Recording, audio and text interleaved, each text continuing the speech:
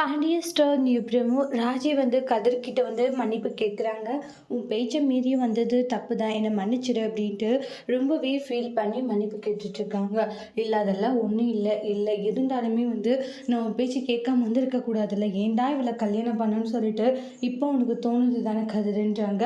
இல்லை எனக்கு அப்படி தோணலைன்றாங்க. ஏன்னா எனக்கு ஒன்று பிடிச்சிருக்கு அப்படின்னு கதிர் சொல்லவும் ராஜி ரொம்ப சந்தோஷப்பட்டுக்கிட்டு இருக்காங்க. என்ன சொன்ன, உண்மையிலே தான் எனக்கு ஒன்று பிடிச்சிருக்கு. அப்படி இருக்கும்போது எப்படி உன்னை பார்த்தா எனக்கோ ஒரு ஏன்டா இவ்வளோ கல்யாணம் பண்ணணும்னு தோணுன்ட்டு எனக்கு எப்படி சொல்ல அதெல்லாம் தோணும், எனக்கு அப்படி எதுவும் தோணலை சரியா, நீ எல்லாத்தையுமே தப்பாகவே நினைக்காதுன்றாங்க. உண்மையிலே எனக்கு ஒன்று பிடிச்சிருக்கு, நீ இல்லாமல் ஒரு நாள் கூட என்னால் இருக்க முடியல தெரியுமா அப்படின்ட்டு கதிர் ரொம்ப க்யூட்டாக சில விஷயங்கள் எல்லாம் ராஜிக்கிட்ட சொல்கிறாங்க.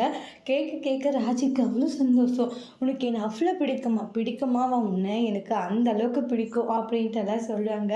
கதிர் சொல்றதை கேட்ட ராஜு ரொம்ப ஹாப்பியாக இருக்காங்க. அதோட இந்த ப்ரெமோவை முடிச்சிருக்காங்க.